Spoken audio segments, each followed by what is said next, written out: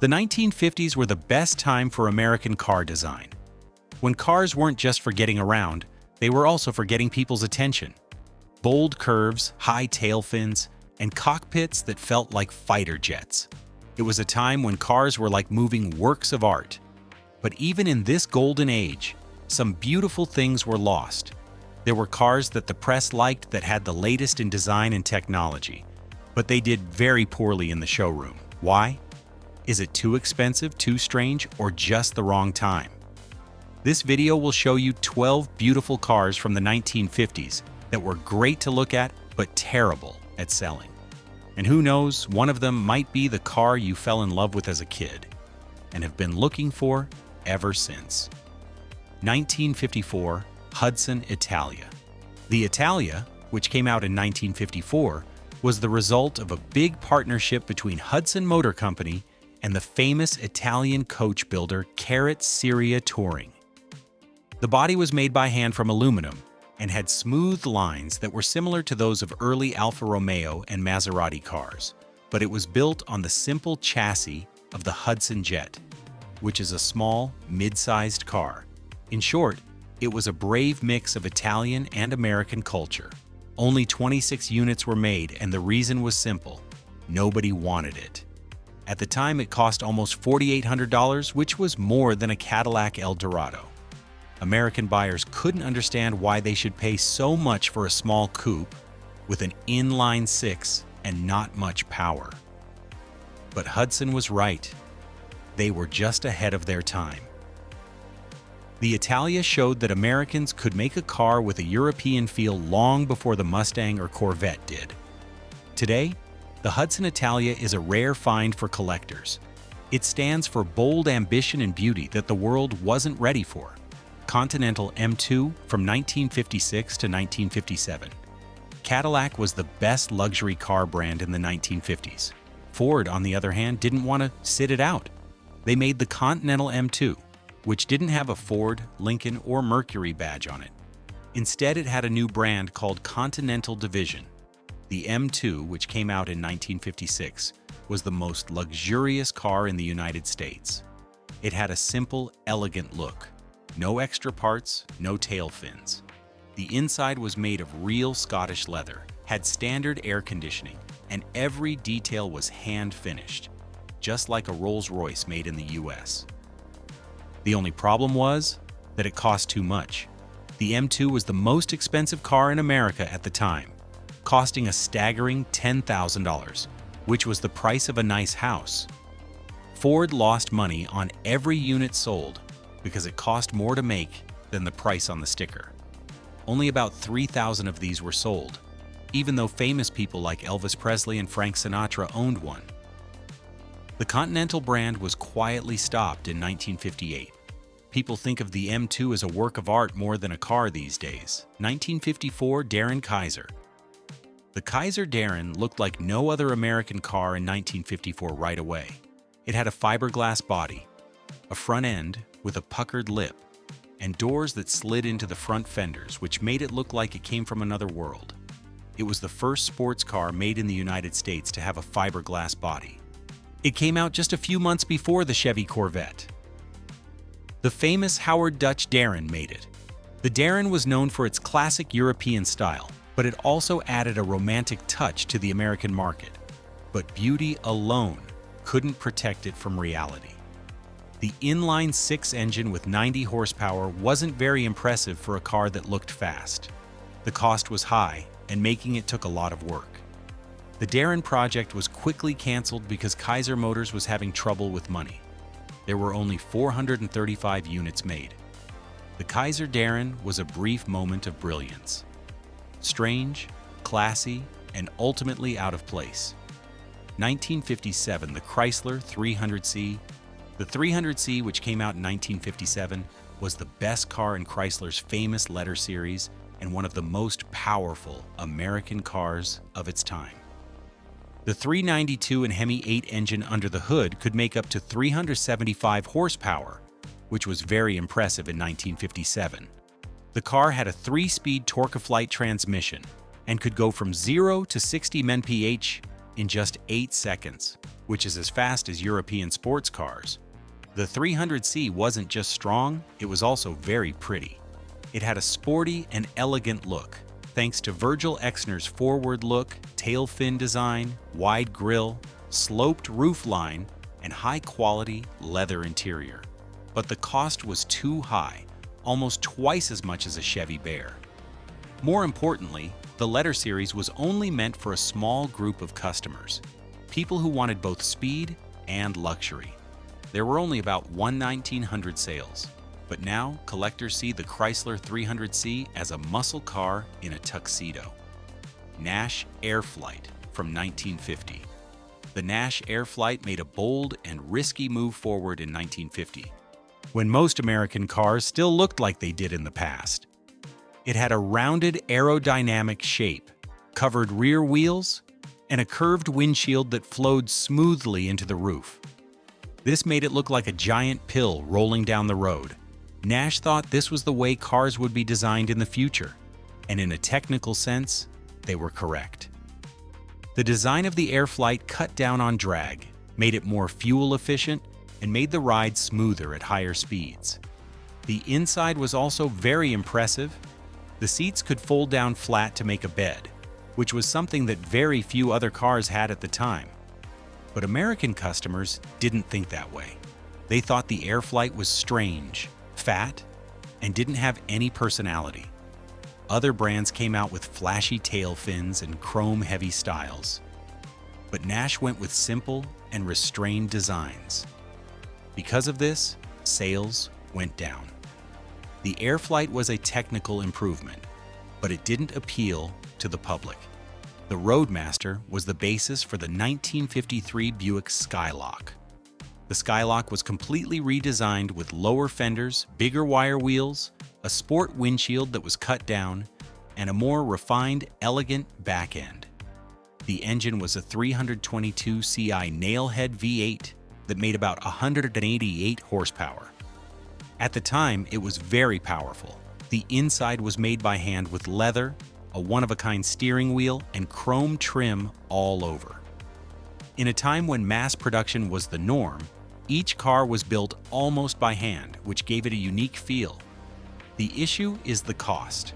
The Skylark cost almost $5,000, which is a lot more than most Buicks and close to Cadillac prices. People were hesitant to buy because Buick wasn't seen as a top-tier luxury brand. That year, only about 1,690 units were sold. The Skylark was a big deal for a short time, but it quickly faded after the 50th anniversary of Buick. 1957 Mercury Turnpike Cruiser. Most car companies were still adding chrome and tail fins in 1957, but Mercury made the Turnpike Cruiser, a car that was ahead of its time. This was more than just a car. It was a statement about the future of car technology. The Turnpike Cruiser had a lot of features that seemed too good to be true at the time. The car has a wraparound panorama windshield, push-button power vent windows, automatic climate control, and a unique floating dashboard with a gyro-style speedometer. The outside design was just as crazy, a one-of-a-kind floating roof with twin antenna fins, crazy tail lights, and a long, low body. Mercury wanted this car to look like it had just come from a car show in the future, but that bravery was what brought it down. Most people who wanted to buy the Turnpike Cruiser thought it was too complicated, too strange, and too far away from what they liked. The price didn't help either. A lot of buyers just went with a Ford or Chevy they already knew. Mercury made almost 17,000 of them, but the Turnpike Cruiser was quickly taken off the market and forgotten about. 1955 Lincoln Futura. The Lincoln Futura was the best of Ford's concept cars when it came out in 1955. It had two bubble canopies, a wide and low stance, fish fin grille styling, and headlights that were hidden under clear covers. All of these things made it look like something from science fiction. The inside was just as modern. A dashboard that is symmetrical, red and white leather seats, and a steering wheel that looks like a spaceship. The Lincoln M2 chassis was used to make it, but almost everything else was different. Even though critics loved it and the public was interested, the Futura was never made. The reason was easy. It was too hard, too costly, and impossible to make in large quantities with the technology of the time. George Barris later turned the one and only prototype into the Batmobile, which became famous in pop culture. The 1951 Studebaker Commander Starlight Coupe. The Starlight Coupe didn't separate the cabin and trunk in the usual way. Instead, it extended the window glass from the B-pillar around the back of the car, making a dome-like cockpit that looked a lot like an aircraft observation deck. Raymond Loewy, a French designer, came up with this idea because he thought cars should go beyond the usual shapes. The Starlight Coupe had a design that was truly one of a kind, but that was what made it hard to accept. People in the US jokingly called it backward, because the back looked like the front. Some people even said it didn't fit in with the other models of the time. The Coupe was never a big commercial success, even though Studebaker sold a few. But over time, people have come to see it as a bold step forward in American car design after World War II. 1959 Cadillac Eldorado Brougham. Cadillac wanted to take luxury to the next level in the late 1950s, and they did something that no one saw coming. The famous Italian design firm Pinfina was hired to make a one-of-a-kind version of the Eldorado Brougham for 1959. The end result was a Cadillac that was one of a kind. No big tail fins or shiny chrome. Instead, it had a simple design, smooth body lines, and European proportions that were more refined. A Cadillac that spoke softly instead of loudly. The inside still had the feel of Cadillac luxury. Real leather, fur carpeting, and fully powered features, but in a lighter, more elegant setting. Pininfarina in Italy made all 99 of the units by hand and sent them to the US. The problem was that American buyers didn't see the Cadillac they were used to. It didn't have the big presence or the famous tail fins that made Cadillac famous. Cadillac had hoped for a warm welcome for the car, but it didn't get one, even though it was rare and expensive. 1957 DeSoto Adventurer changeable. DeSoto made a bold statement in 1957 by showing off the Adventurer convertible. They could still sell in the high-end market. In fact, this was one of the most beautiful and powerful cars the brand ever made. It had Virgil Exner's famous forward-look design, tall tail fins, a long, well-proportioned body, a slim, stylish grille, and sharp chrome trim. The inside had a stylish two-tone color scheme, a modern dashboard, and a sporty three-spoke steering wheel. All of these things are signs of a high-end convertible. There was a 345 cubic inch V8 engine under the hood that made exactly 345 horsepower, a strong figure that showed how much DeSoto wanted to do well. There were only two colors for the car, pearl white or gold. Almost all of the luxury features came with it as standard. The brand was the problem, not the product. DeSoto was losing credibility and trust from customers at the time. Many people were afraid to buy the Adventurer because they heard that the brand was going out of business. They only sold a few hundred units, and by the early 1960s, DeSoto was no longer a part of the American car market. Lasalian Roadster from 1955. This Roadster didn't look like any other Cadillac from that time. It didn't shout because it had a fiberglass body, sporty proportions, a low roofline, a sleek tail, and a clean, elegant grille. It said modern luxury in a low voice. It had a two-seat layout, a simple dashboard, and a three-spoke steering wheel, all in the style of a Grand Tourer, the shocker. It had a DOC V6 engine with electronic fuel injection, technology that is decades ahead of its time. This wasn't just something to look at. It was an idea that could really be made into something. But then, nothing happened. LaSalle didn't come back to General Motors. The Roadster was never made, and GM kept this dreamlike car in their archives.